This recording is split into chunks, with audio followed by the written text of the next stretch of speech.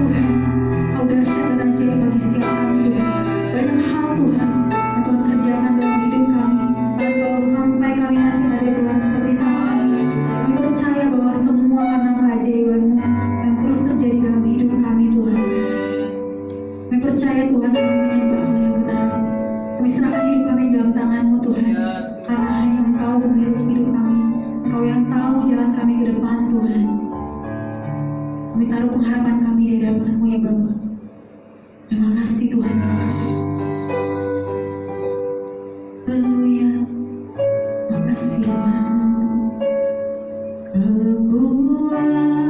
Kekuatan di hidupku, ku dapat dalam Yesus. Dia tak pernah tinggalkanku, setia menolongku, berseru berharap dalam Yesus.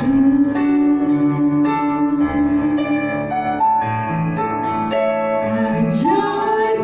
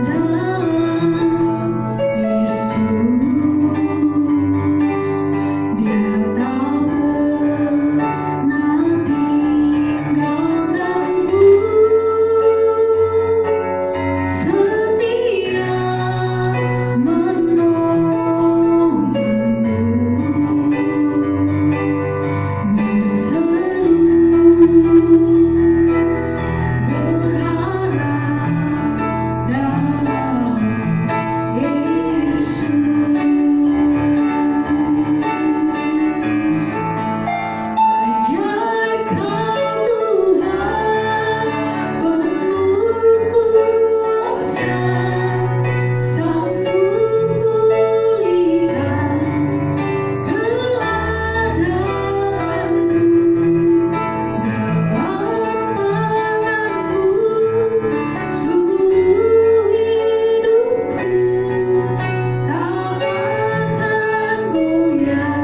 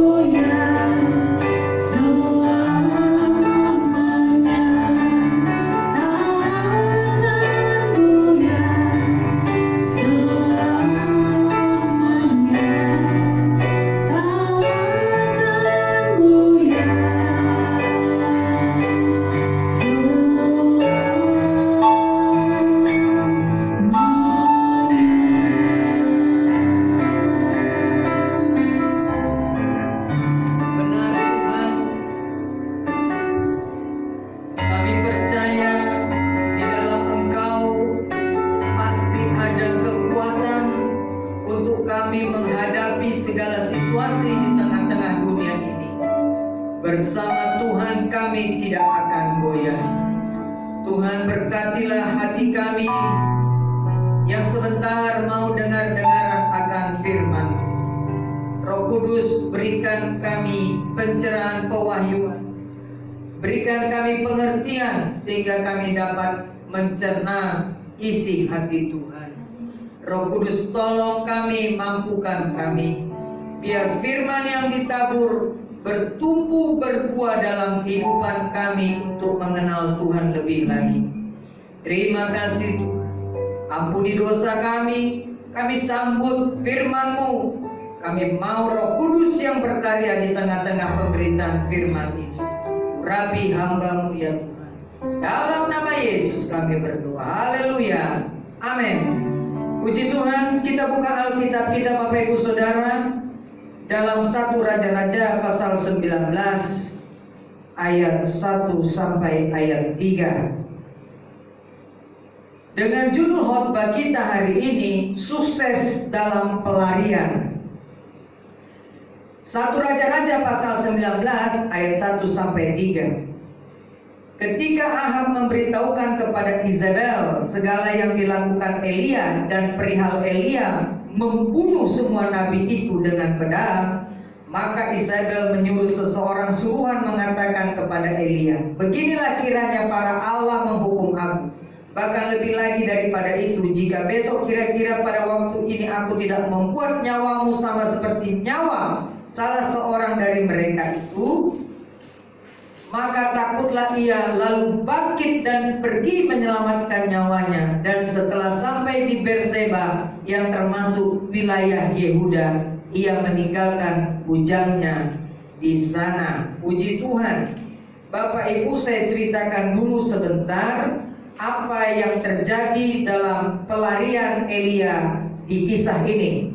Jadi begini, pada waktu itu Elia bersama dengan para nabi-nabi Baal, ya, mereka bertarung, di mana Elia mengakui dan memproklamirkan bahwa Allah yang dia sembah adalah Allah yang hidup.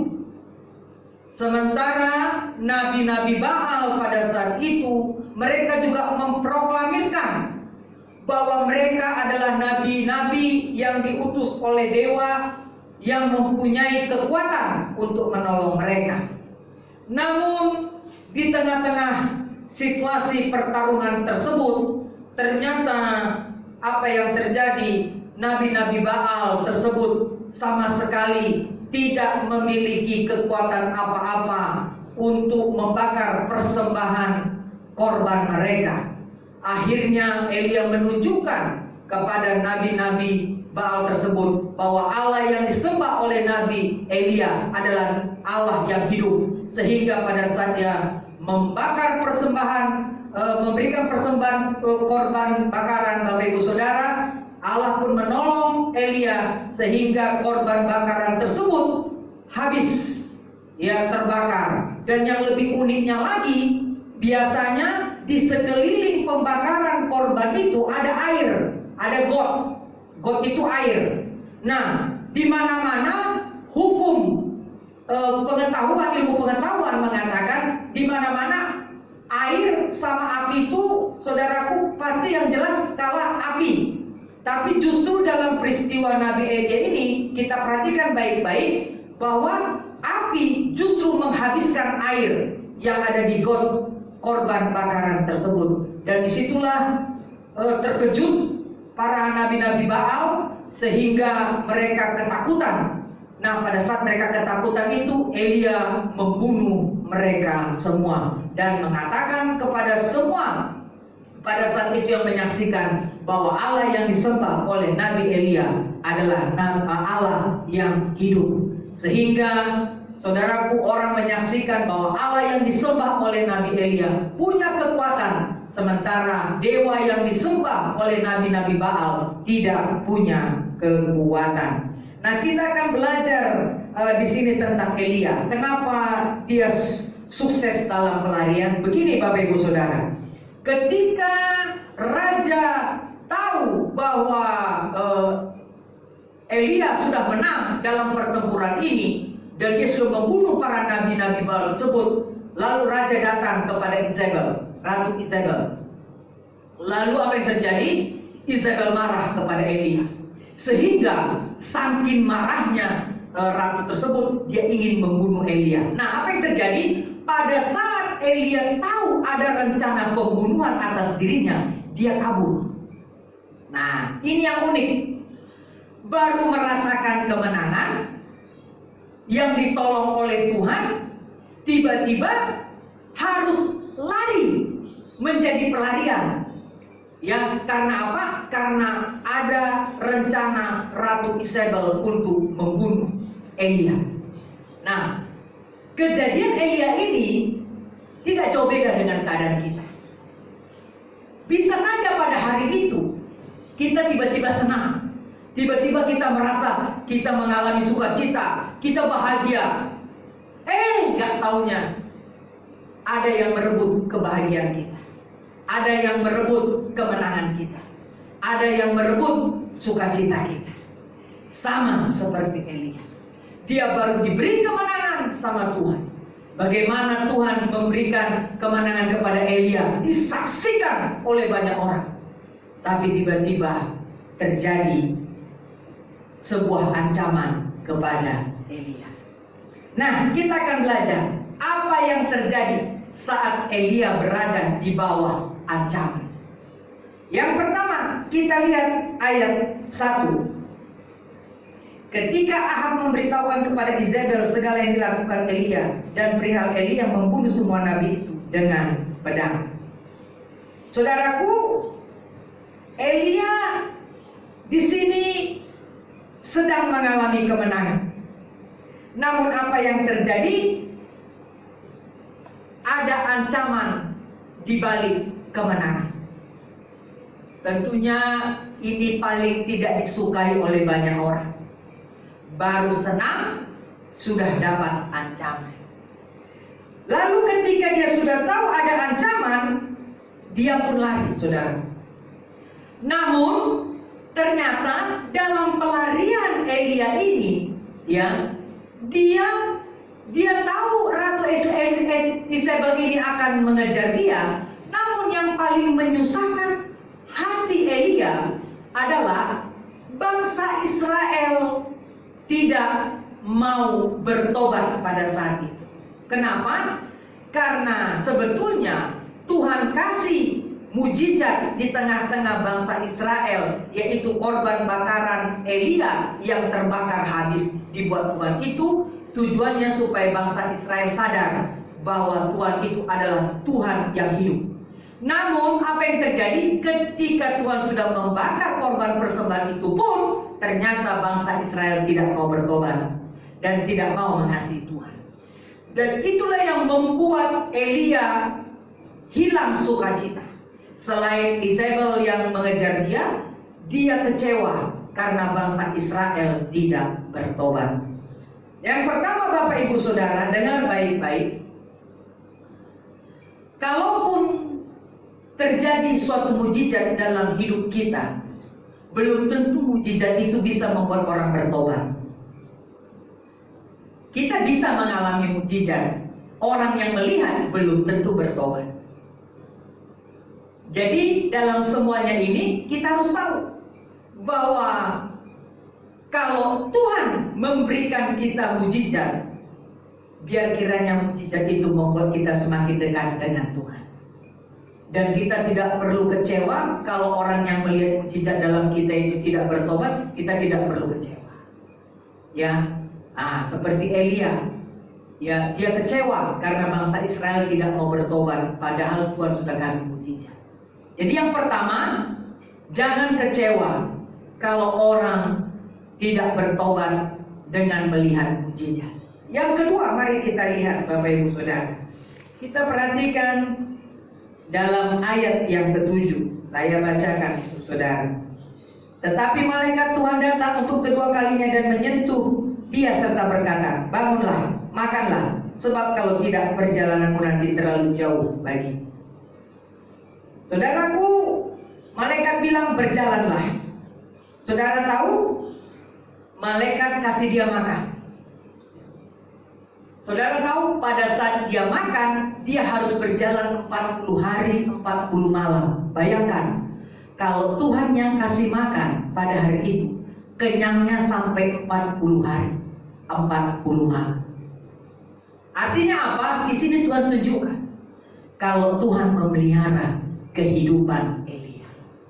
Walaupun dia dalam keadaan yang kecewa terhadap bangsa Israel, walaupun dia dalam keadaan yang tertekan karena Israel mengejar dia, tapi Tuhan tetap pelihara dia. Artinya bagi kita, apapun yang saudara alami saat ini, ingat, Tuhan tidak mungkin tidak memelihara saudara. Artinya apa? Pemeliharaan Tuhan sempurna sama kita. Walaupun sepertinya tidak sesuai dengan keinginan kita, tapi percayalah, Tuhan itu tidak mungkin tidak memelihara kita. Elia saja dia pelihara, saudara dan saya pun pasti dia pelihara. Itu yang kedua. Yang ketiga, apa yang terjadi? Mari kita lihat ayat 4 sampai 7. Ayat 4 mengatakan begini, tetapi ia sendiri masuk ke padang gurun. Sehari perjalanan jauhnya, lalu duduk di bawah sebuah pohon ara. Kemudian dia ingin mati, katanya, cukuplah itu. Sekarang ya Tuhan, ambillah nyawaku, sebab aku ini tidak lebih baik daripada nenek moyangku. Sesudah itu ia berbaring dan tidur di bawah pohon ara itu. Tetapi tiba-tiba seorang malaikat menyentuh dia serta berkata kepadanya, bangunlah dan makanlah. Ayat 6, ketika ia melihat sekitarnya, maka sebelah kepalanya ada roti bakar dan sebuah kegi berisi air. Lalu ia makan dan minum, kemudian berbaring pulang. Ini menarik. Dalam perjalanan pelariannya, apa yang terjadi? Dia tidak pernah menyangka kalau Tuhan menyediakan apa yang tidak pernah dia pikirkan. Hari ini saya mau kasih tahu sama saudara, dalam perjalanan kita ke depan, kalau Tuhan izinkan kita, dengar baik-baik, Tuhan tahu apa yang pantas untuk saudara. Tuhan tahu apa yang tepat untuk saudara. Dan lebih dari apa yang saudara pikirkan, itu yang Tuhan sediakan kepada saudara. Seperti Elia, dia tidak pernah menyangka ada semua fasilitas yang dia nikmati. Padahal dia sudah dalam pelarian. Jadi apapun situasi saudara hari ini, ingat, Tuhan memberi lebih dari yang kita pikirkan, lebih dari yang kita doakan. Yang terakhir, ayat 8, Bapak Ibu Saudara, saya bacakan untuk saudara. Maka bangunlah ia, lalu makan dan minum. Oleh kekuatan makanan itu dia berjalan 40 hari 40 malam lamanya sampai ke gunung Allah, yakni gunung Horeb. Saudaraku, semakin Elia menjauh, ternyata dia semakin membutuhkan Tuhan. Sama seperti kita. Kita pun seperti itu. Semakin banyak masalah dalam hidup ini, semakin banyak persoalan dalam hidup ini, pasti ujung-ujungnya kita selalu membutuhkan Tuhan. Kita selalu ingin dekat dengan Tuhan. Kita selalu memerlukan Tuhan. Untuk itu Bapak Ibu Saudara, mari kita belajar seperti Elia. Di tengah-tengah situasi yang mengancam, di tengah-tengah situasi yang tidak enak, dia tahu Tuhan selalu ada bersama dengan dia. Amin. Kita tundukkan kepala. Kami bersyukur buat firman-Mu Tuhan yang sudah kami pelajari hari ini. Biar kami belajar seperti Elia. Kami tahu Tuhan, di satu sisi Engkau berikan kami kemenangan, tapi di sisi lain Engkau juga mengizinkan ada tekanan dan tantangan. Tapi lepas dari semua itu, kami melihat Elia Tuhan pelihara dengan sempurna. Demikian juga di tengah-tengah situasi, di tengah-tengah tantangan dan tekanan, kami percaya pemeliharaan Tuhan sempurna sekali. Tuhan sediakan lebih dari apa yang kami doakan. Tuhan sediakan lebih dari apa yang kami pikirkan. Terima kasih Tuhan. Buatlah iman kami tetap percaya kepada rancangan dan rencana. Sehingga apapun yang terjadi, kami pasti mendapat sesuatu yang baik dari Tuhan, bahkan yang terbaik dari Tuhan. Terima kasih Tuhan buat firman. Berkati kami semua yang sudah mendengar. Roh Kudus menolong kami untuk melakukan. Terima kasih Tuhan. Berkati Presiden kami Bapak Jokowi. Berkati pejabat pusat daerah. Beri hikmat takut akan Tuhan untuk mengendalikan negeri kami. Pimpin negeri kami ini sesuai dengan kehendak Tuhan. Kami berdoa bagi yang berulang tahun bulan ini. Cinta Tuhan, takut Tuhan, Kau berikan kesehatan, umur panjang, kebahagiaan. Tuhan Kau berikan bagi rekan-rekan kami. Terima kasih Tuhan. Kau juga memberkati persembahan kami yang sudah kami persiapkan dengan hati penuh sukacita, persembahan syukur, persembahan persepuluhan, persembahan khusus. Kuduskan semua biar untuk kemuliaan nama Tuhan. Terima kasih Bapak. Pimpin kami dimanapun kami berada. Kami mau menerima berkat Tuhan. Mari Bapak Ibu arahkan hati kita, angkat tangan kita. Kita mau terima berkat dari Bapa di surga.